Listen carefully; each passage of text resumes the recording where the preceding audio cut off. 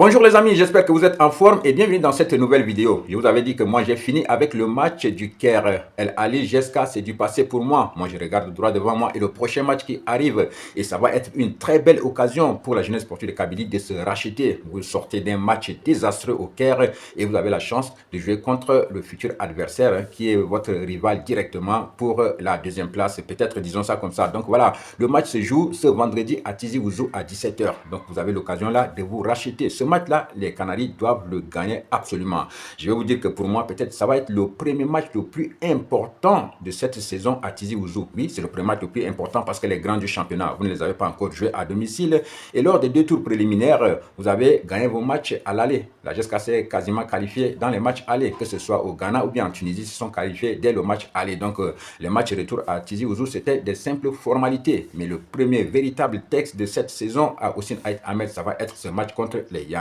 Vous avez l'occasion de recevoir là une équipe où vous devez gagner absolument pour essayer de vous relancer dans cette poule B.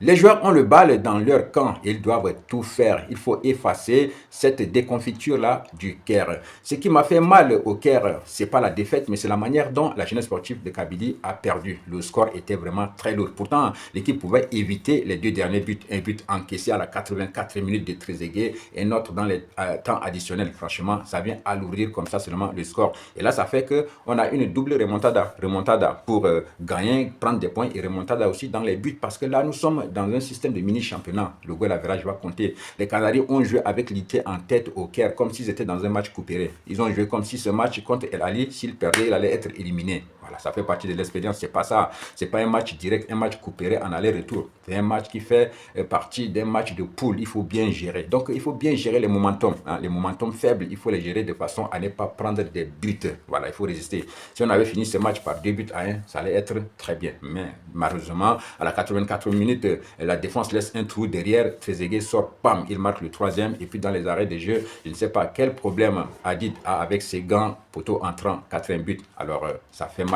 Le score, il est très lourd et c'est ça qui fait mal. Sinon, c'est pas la défaite. Donc, Hadid, il faut changer tes gants, mon petit. Change tes gants et le combat continue. Donc voilà, la GSK n'aura que 3 jours d'entraînement pour ce match. Lundi, mardi, mercredi, jeudi, ça va être une séance vraiment tactique de mise en place. Donc, ça va être un entraînement léger. Donc voilà, ils n'ont que 3 jours pour préparer ce rendez-vous pour recevoir les Yanga. Les Yanga, et ils surfent sur une victoire contre Far. Je suis parti regarder ce match. Je vous avais parlé déjà de ce match hier. Ça s'est joué, ça a été une partie d'échec. Et puis bon, ça a souri à Yanga qui a gagné en deuxième mi-temps. Pourtant, le match était quasiment fermé au moment où ils ont marqué leur but. Donc ouais, ça pouvait être une victoire aussi des Phares. Mais bon, ça sourit plutôt à Yanga. Yanga viendra avec l'idée de conserver cet avantage-là et peut-être de chercher un nul. Il faut les en empêcher, absolument. Franchement, il faut enfoncer le clou, il faut les forcer. Et la jeunesse sportive de Kabylie doit montrer les griffes ce vendredi-là à Tizi Ouzou. J'aurais besoin d'un stade surchauffé, d'une ambiance surchauffée. Il faut transformer Hossein Ait Ahmed en cocotte minute. Voilà, franchement, ça doit être bouillant l'ambiance pour permettre à la jeunesse sportive de Kabylie de venir à bout de cette équipe de Yanga. Et pour ça, moi, je suis confiant. Les supporters, ils avaient déjà fait très fort en Tunisie, mais cette fois-ci sur place à Hossein Ait Ahmed, je sais que franchement, le record sera battu pour ce match contre Yanga. Maintenant, la balle va être dans le camp des joueurs. Pour les joueurs, il ne suffira pas de gagner seulement par 1-0. On accuse déjà un goal average de -3. Alors, si vous marquez un but, si vous avez la possibilité d'en ajouter d'autres, il faut. Les Mayous, les Messaoudi, les Boutebouz, les Akrib, ne ratez pas les occasions, les Lamri, autres Mergem.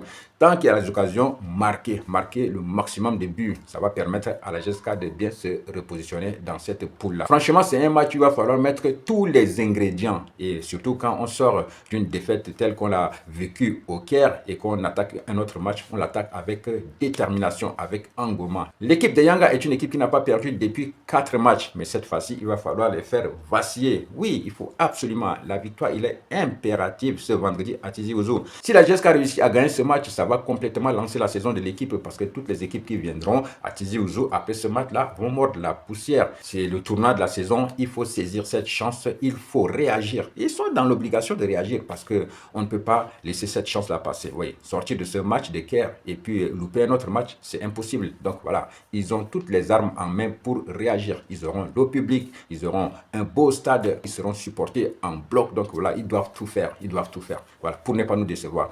Ils doivent gagner avec la manière, marquer peut-être beaucoup de buts pour réduire un peu le goal average. Et c'est peut-être par ces moyens-là que la jeunesse sportive de Kabylie peut se relancer dans cette poule-là. Pour la petite histoire, hein, je vous dis que j'ai lu un article de RFI. Pour RFI, hein, dans ce groupe B, les favoris sont El Ali et la jeunesse sportive de Kabylie. Hein. Vous savez que RFI, c'est une vieille radio. Donc, eux, ils sont vraiment avec l'ancien temps. Donc, pour la RFI, les deux équipes qui méritent de se qualifier, les favoris, sont El Ali et GSK. Et ils ont raison, par exemple, parce que bon, ils ont tenu compte du passé glorieux des équipes, tout simplement. Donc, voilà, la GSK est honorée. Donc, il faut respecter son rang. Vous savez que l'équipe de Yanga est sur une bonne dynamique. Il reste sur 4 victoires consécutives. Alors, ce sera le moment de les faire trébucher. C'est une très bonne occasion pour la jeunesse sportive de Kabylie de se racheter. Tous les jours, on va parler de ce match jusqu'au jour J et on espère que les Canaries vont faire une très bonne préparation et ensuite un très bon match pour arracher les 3 premiers points dans cette poule de la Ligue des Champions. Big up à tous!